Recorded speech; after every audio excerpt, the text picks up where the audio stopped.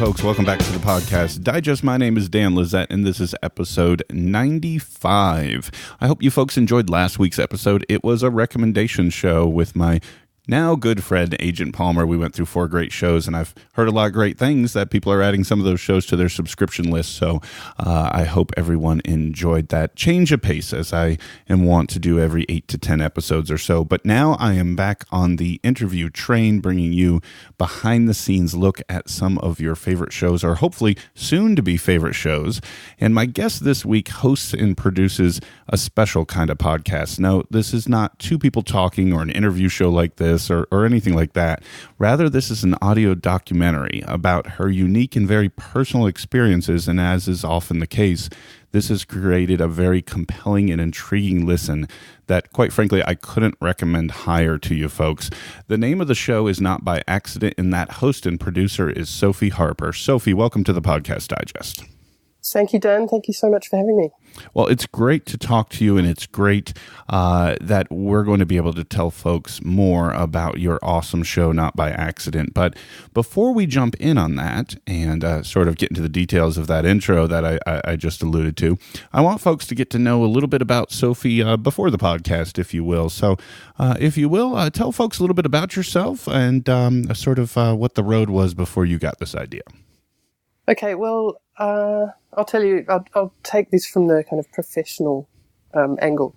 Sure. So I studied film history and art history at university in Australia, and then went on to work for a production company for a few years, directing, producing, editing corporate videos and documentaries and commercials and things.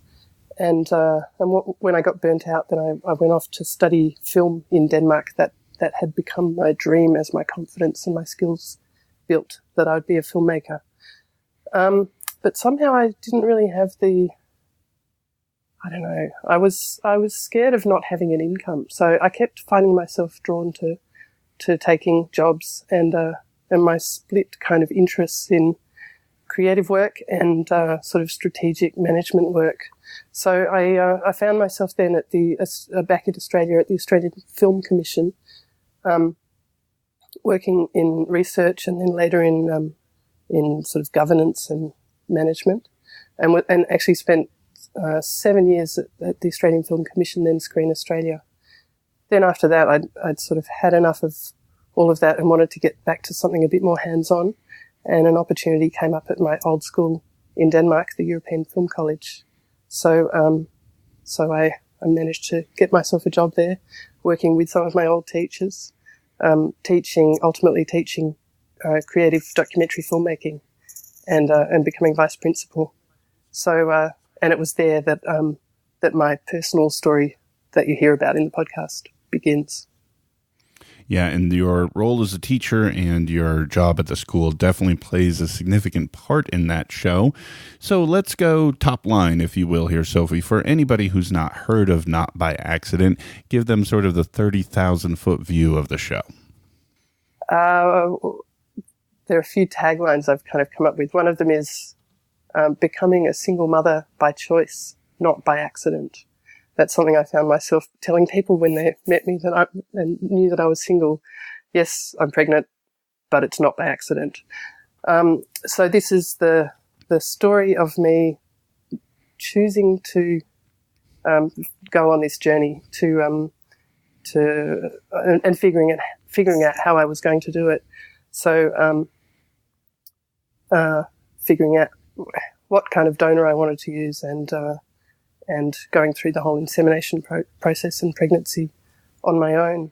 And then there are some sort of significant jumps back in time in the early episodes to give a bit of background to how and why I came to make this decision, why I got the courage. I definitely don't want us to give away all of the details of the story, because folks, as we sit here recording at this point, and I believe as of release, there are 5 episodes of Not by Accident. So, folks, this is a very easy bandwagon to jump on at this point and start at episode 1 and kind of get caught up and follow Sophie's story as we go on. But even looking at those highlights, one thing that I think is not giving away too much to point out is that this is a story that started, correct me if I'm wrong, ballpark here, Sophie, this story started 4 years ago or more?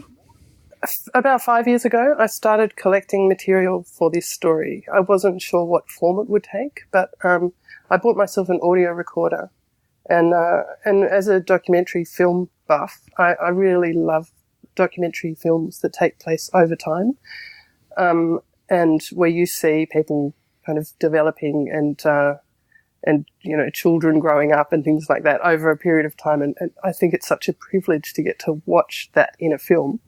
And so I wanted to try and do something like that myself. I also knew if I recorded things as they happened, it would be much more kind of real and honest than if I just reflected on them afterwards. So I recorded all this audio because audio is so much easier to record than video. There's so much less to consider. You can just, and people are less nervous about hearing it too. You can just turn on a recorder and people forget it's there. And I thought that ultimately it would probably turn into a documentary film if I was able to pull that off. But then I just became increasingly aware that it was, that it would be a very expensive documentary film because I'd have to find some images for all of that footage and perhaps animation or something like that. I still think that could be a great film, and maybe one day I'll get to make it. But so I recorded 5 years of audio of myself and many phone conversations and things, and major events as I kind of went on this journey. I got to say, Sophie, this is absolutely mind-blowing to me. I mean, there are a lot of podcasters who have trouble sitting down for a week to record a half-hour conversation with a friend. The fact that you've collected audio for 5 years. The episode 1, folks, came out March 30th of this year, 2016. This means you started recording audio back in 2011. What do you think it was? I have trouble with it, like good practices or good habits, doing them for any type of regularity. How did you sort of maintain this commitment? What was the driving force behind continuing this effort all these years? I guess the driving force was that I've always had this conflict between taking on jobs, paid jobs that completely consume me and that I'm passionate about, but then having to sideline any creative work or urges that I have because I'm so committed to the job. So this was a way of sort of working towards something without any time commitment or energy commitment, and knowing that when the time was right, I'd be able to sit down and work with all this material. So that's kind of what it was. But I have to say that the commitment, the hard work wasn't there until now, really. All I did was I bought a very small but high quality audio recorder that I would be able to take everywhere with me. It's really tiny, and good quality. And I just started recording things that I thought might be interesting. And I then did absolutely nothing with them except save them to a hard drive. So fortunately they're date stamped, which gives me a bit of an indication of what's where. But it's been rather a chaotic process editing all that material, as you can maybe imagine. What I could also imagine, Sophie, is that you sit down, and I want to talk more about kind of this inflection point when you decided to say, go, time to start. But just in the listening back of this audio, this must be such a unique feeling of this amazing time capsule that you chose to continually document. What's the feeling like? Have you ever listened back to something and be like, wow, I completely forgot that happened? Or what's the process been like of listening back to like audio from 3, 4, 5 years ago?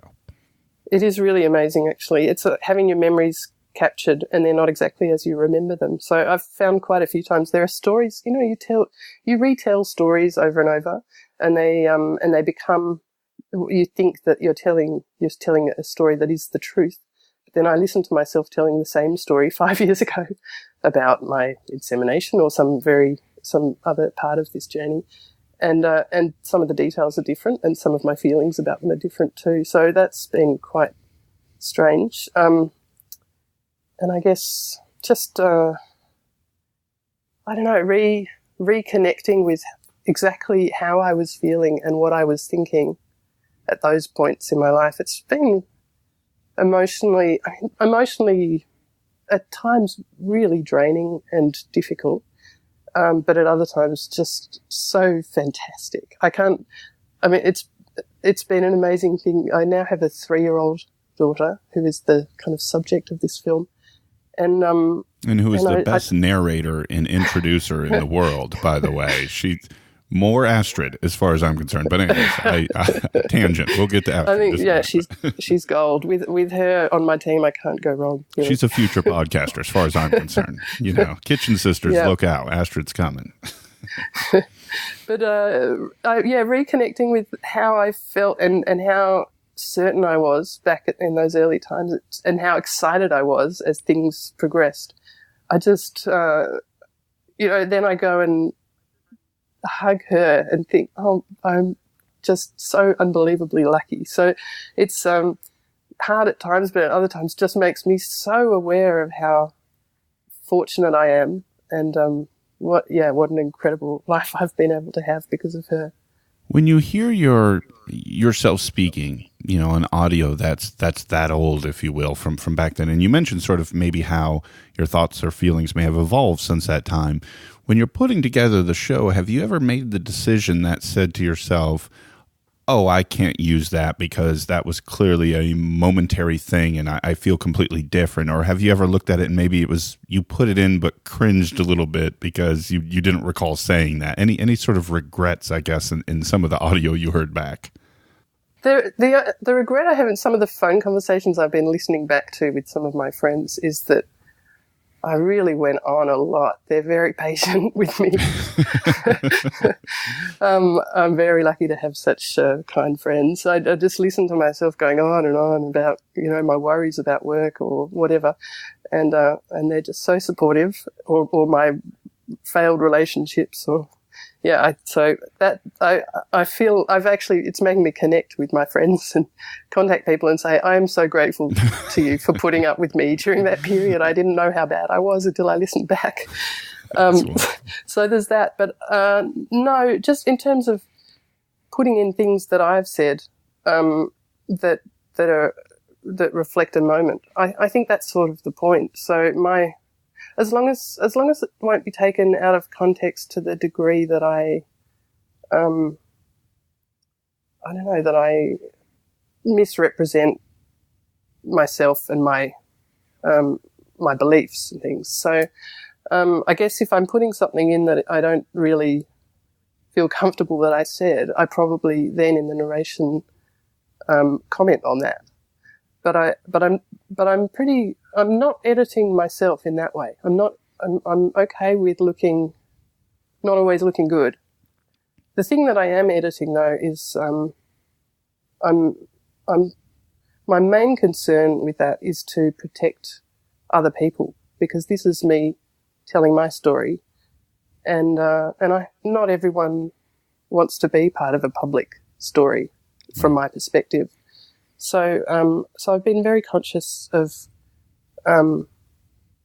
protecting, like any kind of editing of any stories is just to protect people that would be recognised by people who know them, to leave names out of some of the other characters, and maybe leave out some of the parts of stories that some of us might not be proud of. Not myself, but yeah, other people in my life. And the other thing that I'm conscious of editing around is I want to protect my daughter's privacy, which seems contradictory to the whole process. But I want her, when she grows up and hears this, and everyone may have heard it and know that she's this child, that she won't feel shameful, and it won't be a terrible thing in her life. It will be a positive thing. Yeah, and I want to talk much more about that in just a bit, but I want to go back because I jumped ahead into all these production questions because there is so much that I think people will look at what you've done just so far and thought, wow, what a process, what an amazing thing to assemble over time and so on and so forth. But I want to go back during sort of the collection of all this audio over such a duration.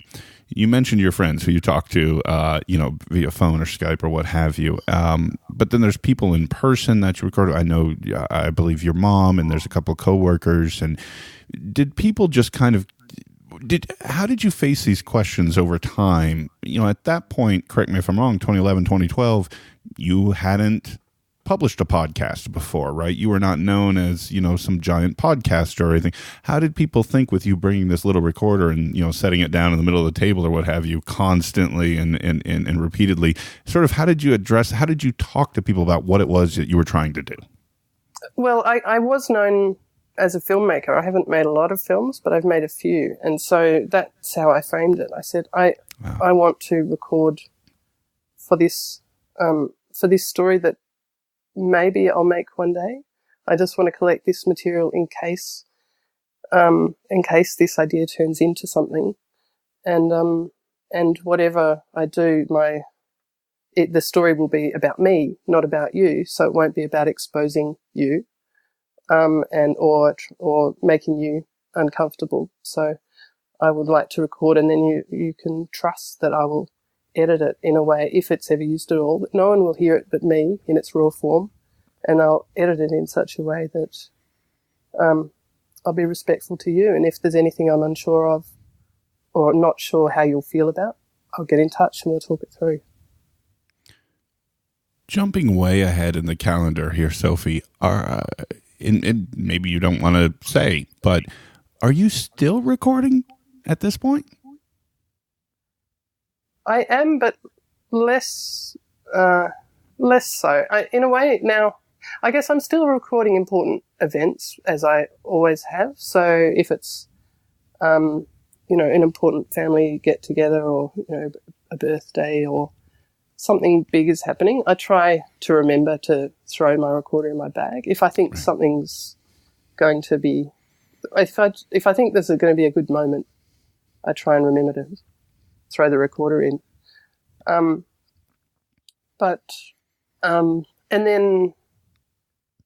then I'm doing a bit of, as I kind of refine each episode and figure out exactly what the structure is, I think about what I might want to add from the current time, and especially of my daughter Astrid, and then kind of set about recording something with her that might fit into current and future episodes. So we just do that now and then. I put on the recorder for 5 minutes and say, tell me about this, or have a look at this thing, to try and, that sounds a bit constructed, but I mean, you can't really direct a 3-year-old.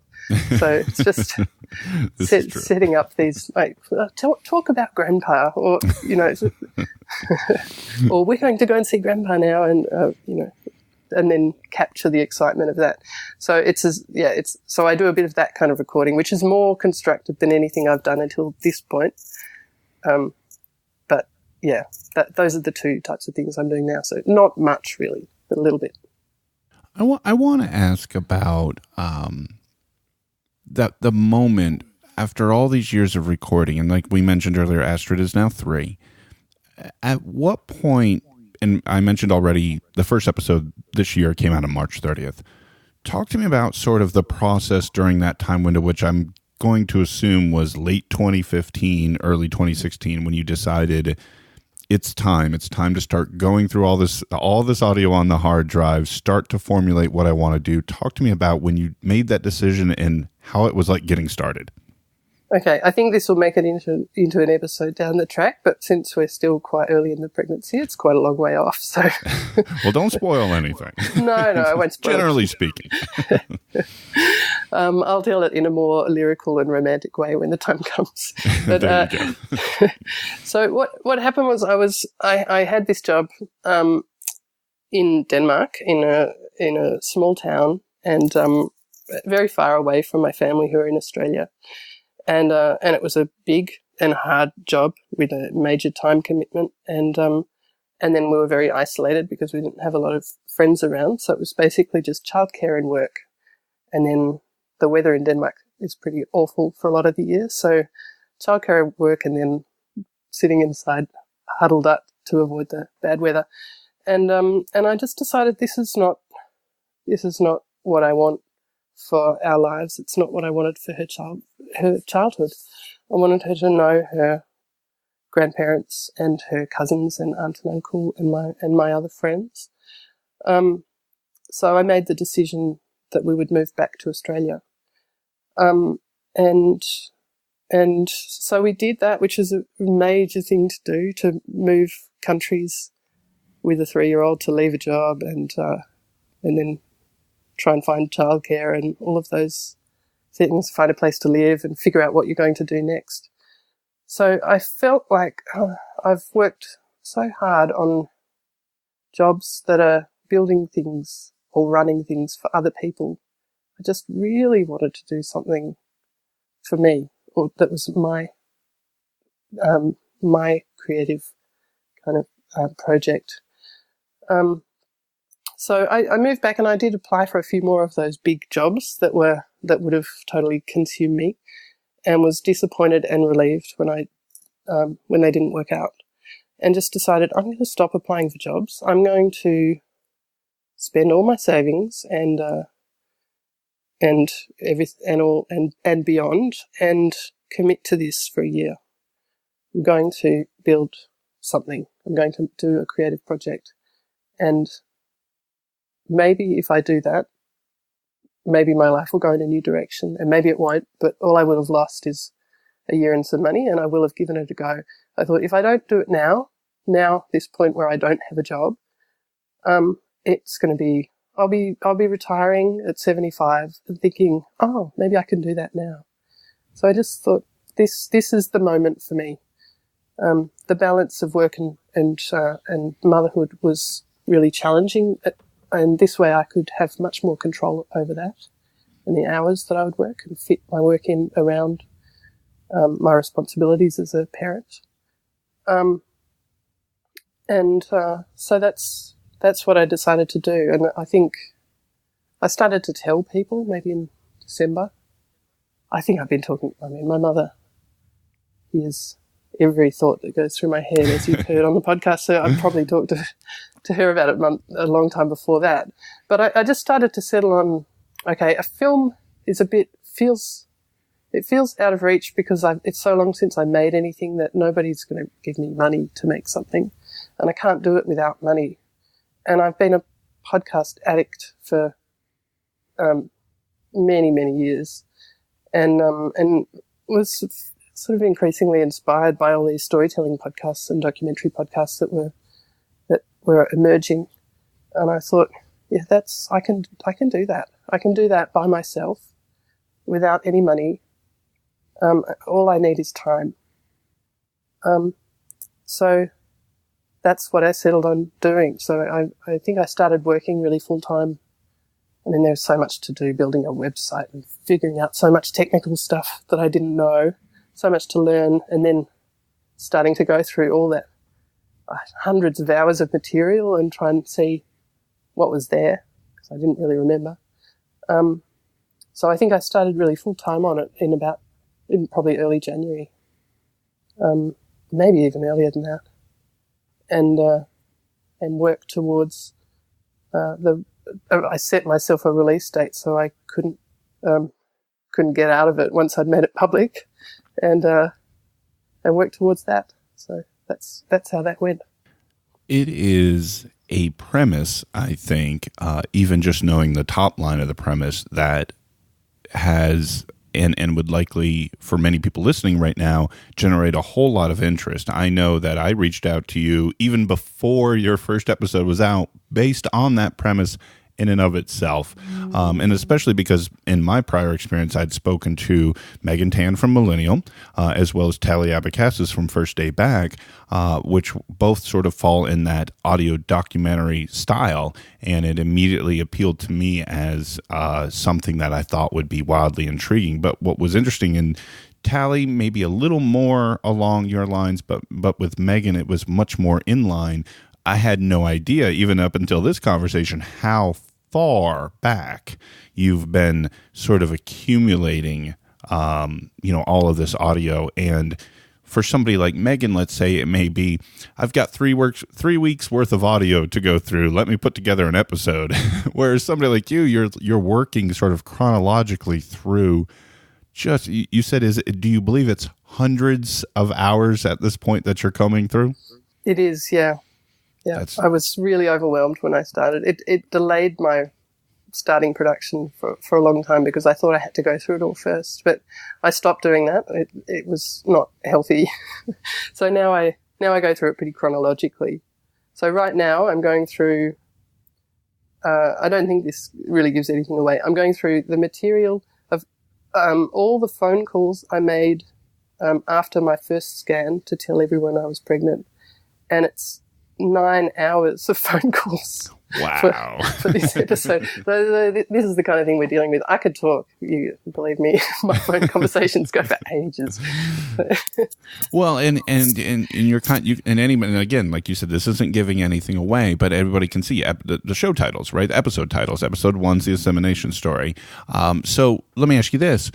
What was the thought process? We're talking about all these hundreds of audio hours to go through. How did you start to formulate in your mind, like, where does this begin?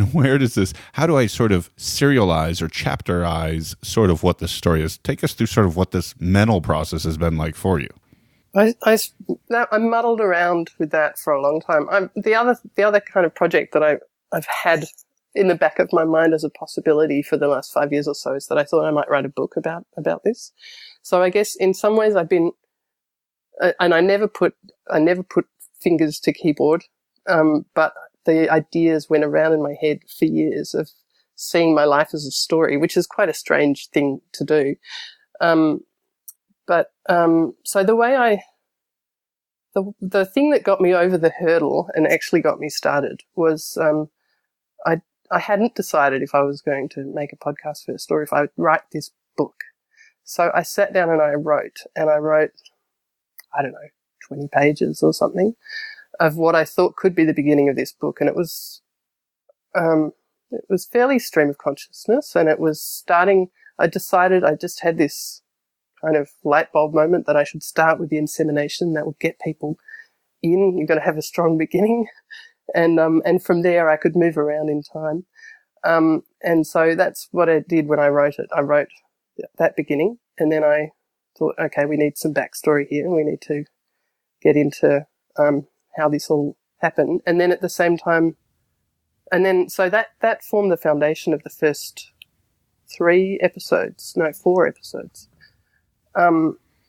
which I was grateful to myself for having done. So I sort of had the bulk of the narration kind of written, but I just had to structure each section as a story. And then to do that, I thought about it in a wider context of, okay, the backstory is not going to satisfy the audience. There needs to be a continuation of the current story as well, of the pregnancy progressing, underlying or running sort of parallel with that. So that's where the material came in much more, the recorded material, because I didn't have recorded material from those events that took place, 10 and 20 years ago. Right. Yeah, so that's how those early episodes were structured, and now I sort of, I feel like I'm on a bit of a flow. I do go back and listen to them now and then when I'm starting a new one, and it's been a little while. I listen to one or two of the earlier episodes just to remind myself, okay, this is the tone, and this is what I'm doing, and this is where it should be going, and this is what the elements that I need to keep kind of balanced. There are quite a few different elements and periods in time that are being juggled all the time, which is quite challenging to keep all those threads, keep a hold of all those threads, and hopefully not too challenging for the audience if I'm doing it well, but challenging to make it work. Well, now, at least at this point, you're sort of on the train, on the tracks, and heading, on a journey, whereas back then, you didn't even have a ticket. You weren't even sure where you were going, what the destination was. At least now, sort of, you are definitely off and running, that's for sure. I want to ask this question, and this one's kind of, it could have two very different answers. I'll ask sort of originally, and then maybe since sort of the show's launch and when you've started to receive some feedback. I'm curious about this. What was your original goal or your original vision for the purpose? And what I mean by that was this something that you thought was a story, either you mentioned a book form or in podcast form, that just didn't really exist out there? Or were you thinking about, other women maybe in a similar position that would benefit from hearing your story? Or was this something just to sort of, document for your daughter to look back, years later, or any combination of those? Sort of what was the original idea, and sort of has that evolved over time? I think the original idea was all of those things, really. I wanted to create something for my daughter. I don't know if this is more because I'm a single parent or because I'm fatalistic or something, but I just feel like one day I'll be gone, and I want her to have my stories, and this feels like the best gift I could possibly give to her. So I wanted to do it for her. That was certainly one aspect. I also wanted to do it for other people like me who have made this choice or are considering this choice or some way along in the process, because there isn't a lot out there. I mean, I sorted it all out when I was in the early stages, and I just didn't find very much. There are not many representations in mainstream media. There are not that many books. There are not that many documentaries. There are a few, and they're increasing, but I just thought I can help. I can add to this, and by doing that I can help those women to feel connected and to maybe hopefully see themselves reflected in some elements of my story and get some confidence from that and encouragement. Also for those people's families that may be feeling conflicted or challenged by their loved one making this choice. It's pretty unconventional, and a lot of people who have sort of conservative upbringing or views don't find it easy to come to terms with, and I thought I could help with that. And their children, of course, and their adult children as well. And I think, I was thinking initially of the single women who have used a donor to have a child. Then I thought anyone really who's used a donor to have a child, and any child that is the child of a donor, to hear really all the thought processes and how considered it all is, might be helpful as you grow up and you wonder why your parents made the decisions they did. So I wanted to add to that conversation. And then, single parents who have broken up with a partner. I thought, I haven't got to that part yet, but managing being a single parent, a working single parent, and the challenges of that, I think that will resonate with people who have had those experiences. And I guess the other thing is I just was so ready to make a creative project and felt I just had to commit to it 100%, and that maybe if I put my heart into it completely and was really, truly honest and committed, then it might lead to me having more opportunities to do that same thing in the future. There really does seem to be a transcendence to all of the different perspectives that you are able to speak to through this process. And I think you just highlighted an overwhelming majority there, but I'll even say that there's maybe even an expanded view even beyond that. Really, any parent or any mother especially will see some areas of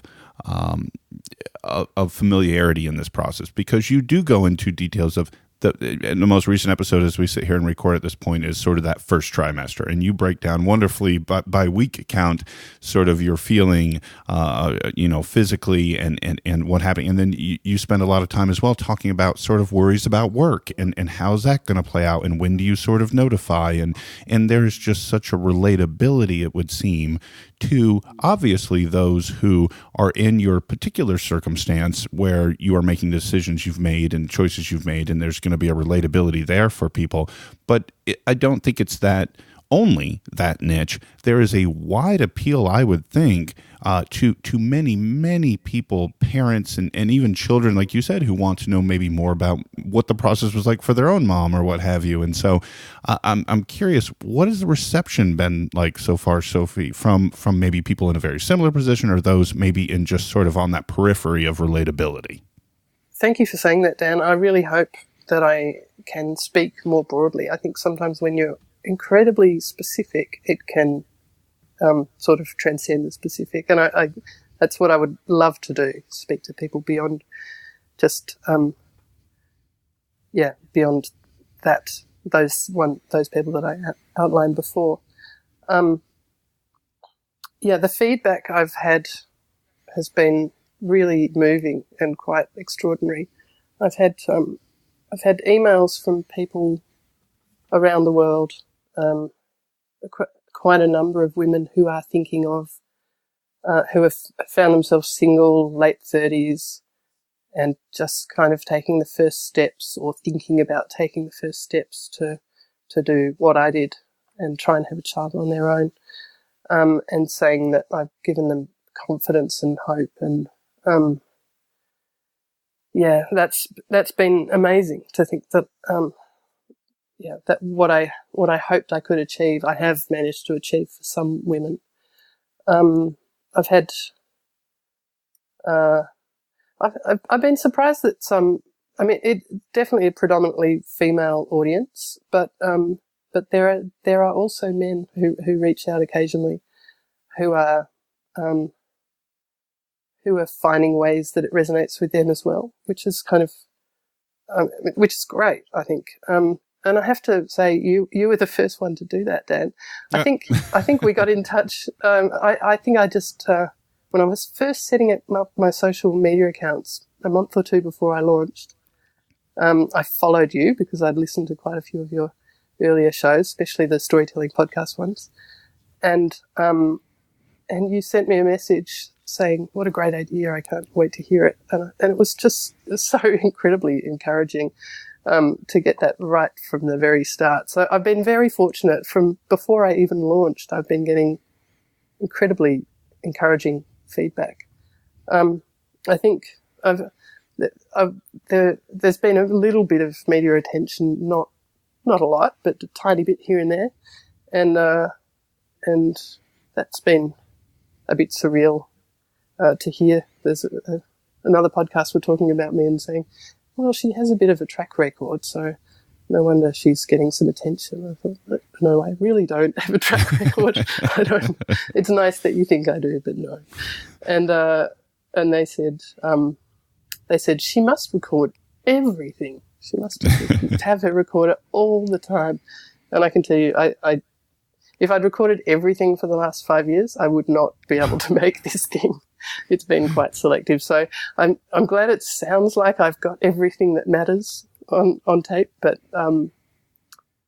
it's also a bit of that where I've missed things. Sometimes I just forgot. I mean, there are times where I just forgot to turn the thing on. It was even sitting on the table. So frustrating.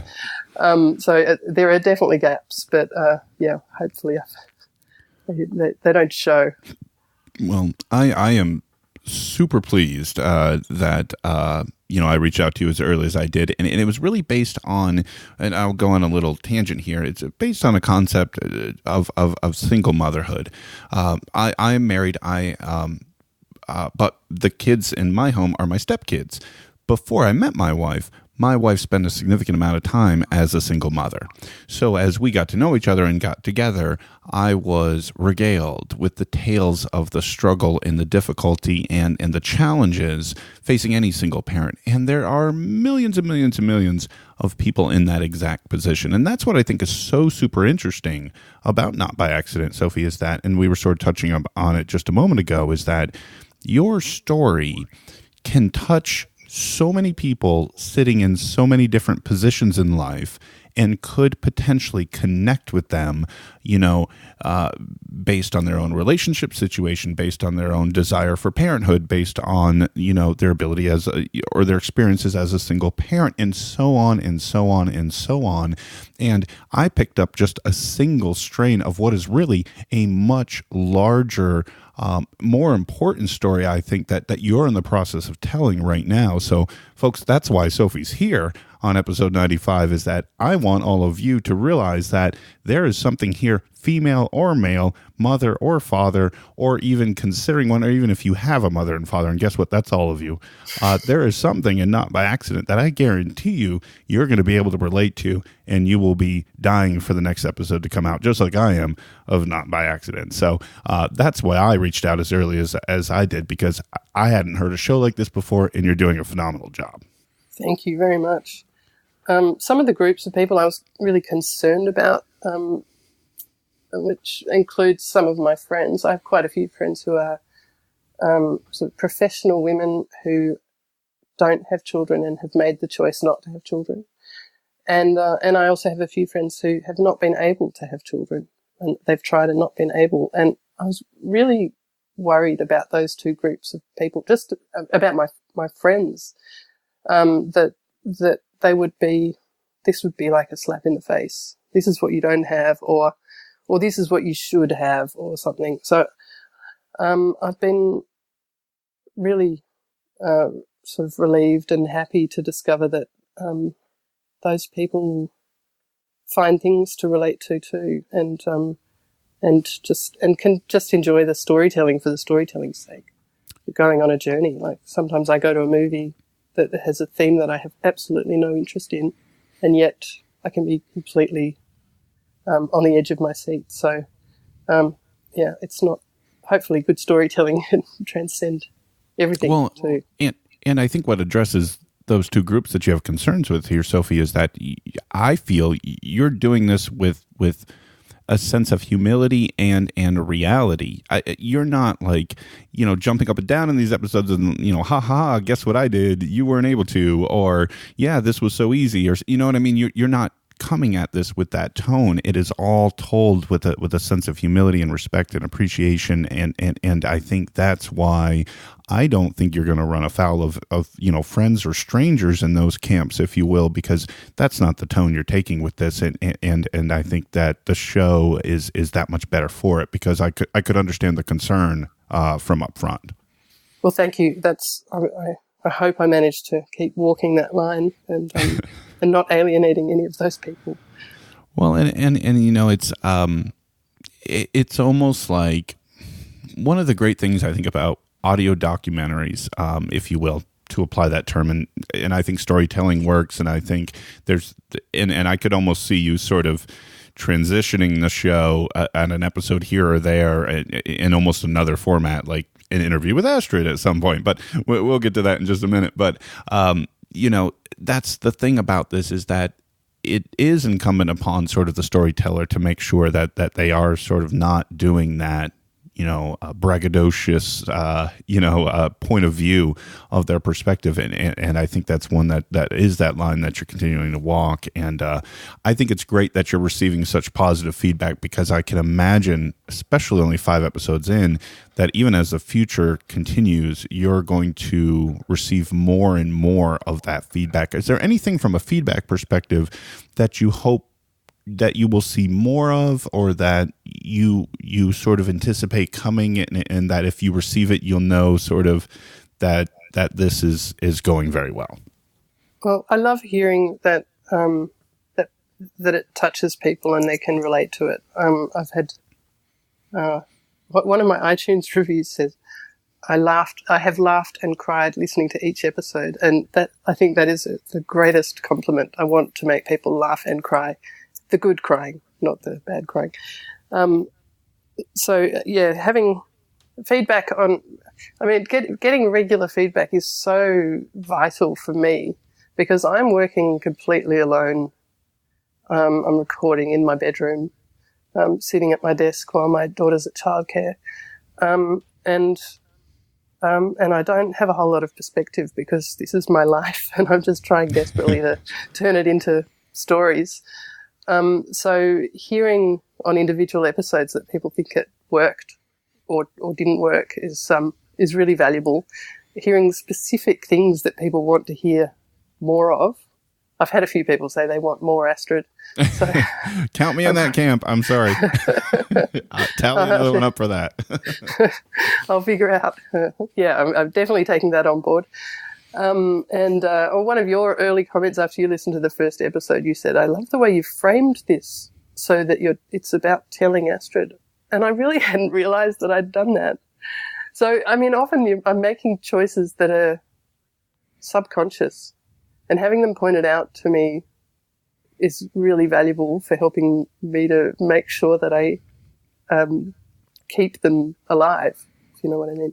Yeah, there's something about this concept to me that I think is wonderful. This idea of almost like this love letter to your daughter, that at some point, at some age, when you are comfortable with the fact that she could grasp maybe a majority of the concepts, that you will sit her down one day and play episodes 1 through whatever, and I'm just picturing her at, let's say, 12. Let's just pick a number. Listening through all of this, and just what a life-changing experience to her it will be to hear this whole. That just is a sense of magic to me, and that's something this medium can do, and I think you're doing it splendidly. So that's why I love this concept of it, almost that quote-unquote love letter to your daughter.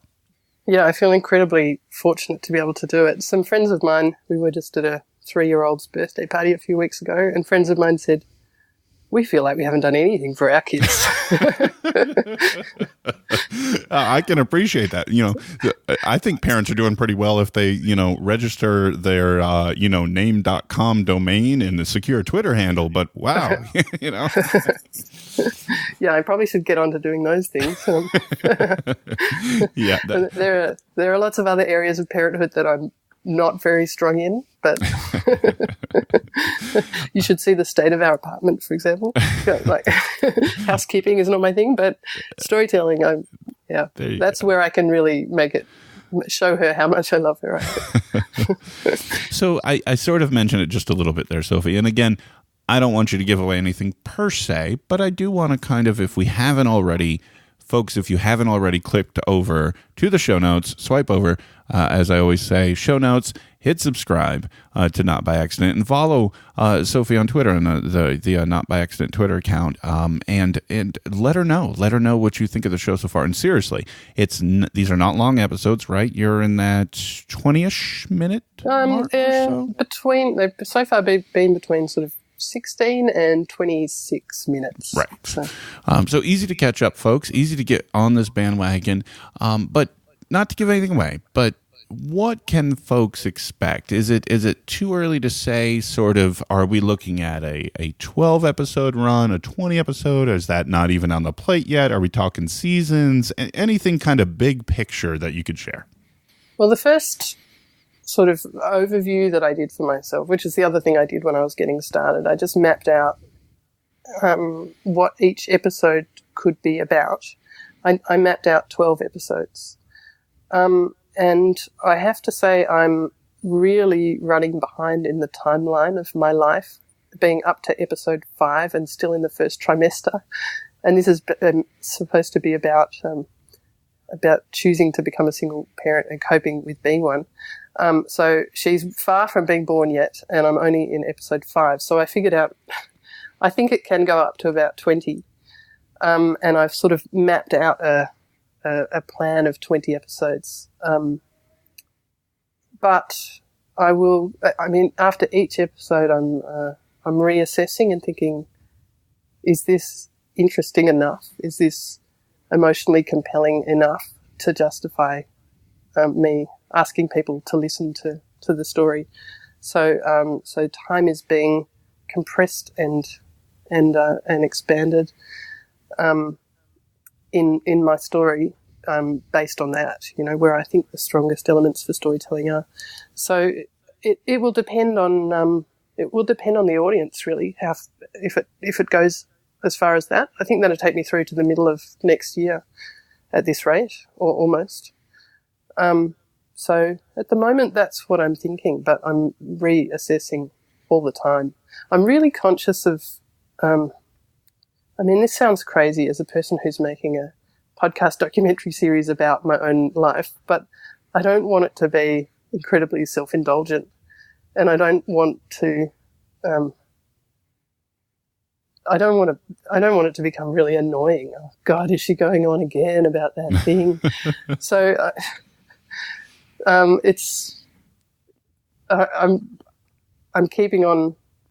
trying to keep on top of that and get people to listen before I release and make sure, I'm on track. If I start to feel like I'm getting bored of hearing myself too, I may reduce that number of episodes. But this is where the feedback is really vitally important to me in the process to keep me going on. Each time I get a new positive iTunes review, it just keeps me going for about a week. I get such a boost from it. It's so great. You know how that feels. It's amazing to have somebody say something really nice about what you're putting your heart into. Well, I would think that count me in the camp as many as you are wanting to put out. I'll be subscribed and listening, and I really believe this, Sophie. I think more people are going to have more tolerance for your what I would consider fairly mild concerns than you may anticipate. Maybe one way of doing it is, go 10 and then come back with season 2 for the second 10. That seems to be kind of in vogue nowadays, the season approach. And maybe that's something that maybe 10 brings you through birth, and then the second 10 could be through Astrid's first 3 years or something. I don't know. I've been thinking along those lines too. Yeah. So it's a bit just keep in touch, Dan. If you think I'm getting too self-indulgent and boring, let me know. Well, I will let you know if that's the case. However, I don't think I'm going to be sharing that. Honestly, I think what you're doing is amazing, Sophie, and I think that it's not just amazing. I think it's important and very much in the way of what I'm calling your sister shows, because I do relate them very well, with what Megan Tan's doing with Millennial, or what Tally Abacassis is doing with First Day Back.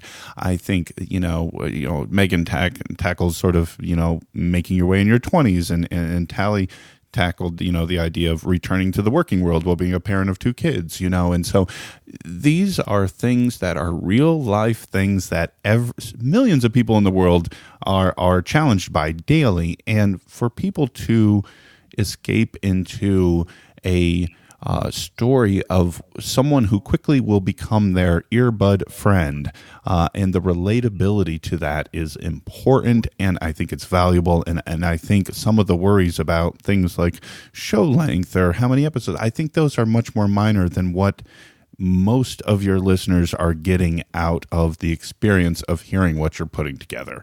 And that's just my take. And I'm a guy who has 119 show subscriptions right now, and I'm listening 8 to 10 hours a day to a variety of shows. So, if yours stands out, as do those other 2, I think that's saying something. Yeah, that's incredibly flattering, and it's flattering to be included in that group, because I'm a fan of both of those podcasts. So I think I agree we have a lot in common. We're all taking our own lives and making them public to some extent, and turning them into a narrative arc, a story. It's an interesting thing to do, but doesn't this say such a lot about the medium of podcasting, that it's possible to do this and to tell your story, and if you tell it well, you find an audience, and there's really no other way you could do this, except I suppose in a blog, but right. There's no sort of mainstream media where this is in any way possible. I'm a huge fan of podcasts for this, for the niche and the really absolutely personal that's possible because of them. Exactly, and that's the thing. I think that people start to feel a certain way about particular, not to use this term in anything, less than the most well-intentioned way, but people start to feel a certain way about characters in books or movies or TV shows that they love, and they keep watching week and week or reading the next chapter or going to that theatrical release because they love a particular character and wants to see what happens next.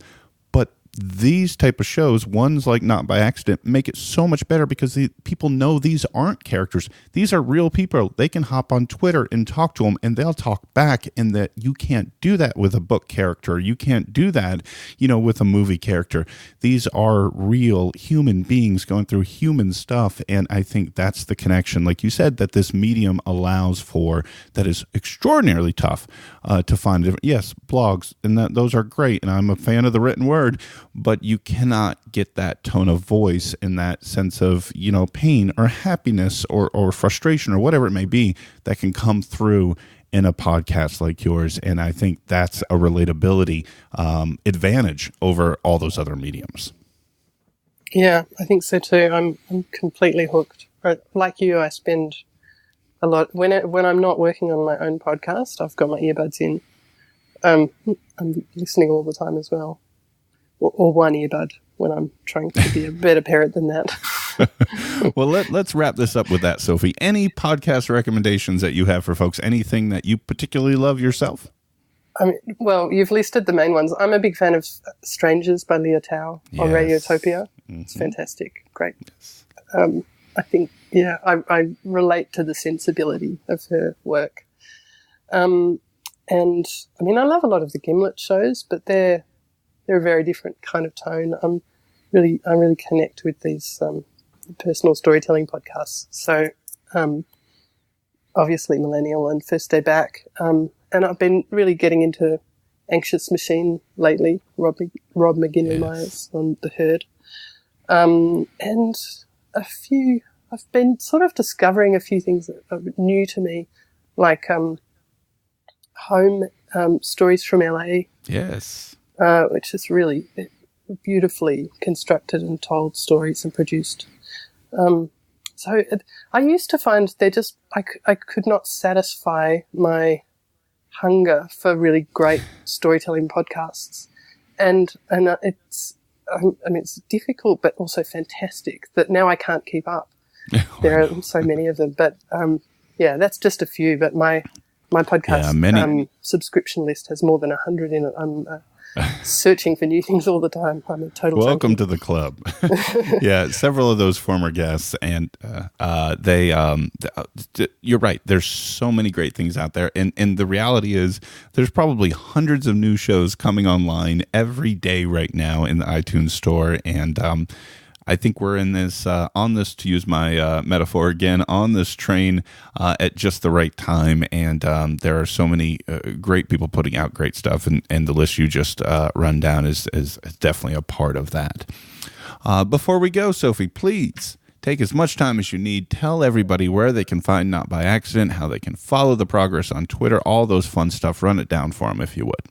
Okay, my website is notbyaccident.net, and on there you can listen to all the episodes, and it's undergoing a redesign, so it's going to be much better than it is now soon, thanks to my friend Liz. And I'm on Twitter at Not By Accident Pod. I think my handle is at By Accident Not. Unfortunately, the words in the right order were taken. I have a Facebook page for the program called, which is facebook.com/notbyaccident. I also have a private Facebook group for people who would like to talk about their own stories or the program in a safe environment. I'll be moderating that carefully, and it is private, so no one can see unless they've been accepted into the group. So if anyone would like to join that, they can do that via my facebook.com/notbyaccident and click on the link there. I will make sure, Sophie, all those links are in the show notes. As usual, folks, you will find all those. And normally I bring this up, but there were so many other interesting things to talk about. But I just want to mention quickly, as I was bringing up the website and your Twitter page as you were speaking there, the artwork that you're utilizing is awesome. I love it. The artwork is great. If you want to give a quick shout out to the artist there. Oh, this is a bit embarrassing. Okay, the artist is a combination of people. My mother took the photograph and I sent it to a woman on Fiverr who's based in Indonesia who does beautiful illustrations for not a huge amount of money. And she illustrated it for me. And I've seen a few other photographs taken by other people for her to illustrate as well. So I wanted to have an illustration. I don't have the illustrating skills myself, so Fiverr's a great resource. I was going to say, you might want to, drop a 20 or a 40 there and keep her on the hook because I love it. I think she's great. We're tangent now. We were talking about other shows. You mentioned The Hurt Nocturne is another show that does with Vanessa Lowe, previous guest, member of The Herd. And the artwork style you're utilizing reminds me very much of Nocturne's artwork style, and I just love it. I think it's great.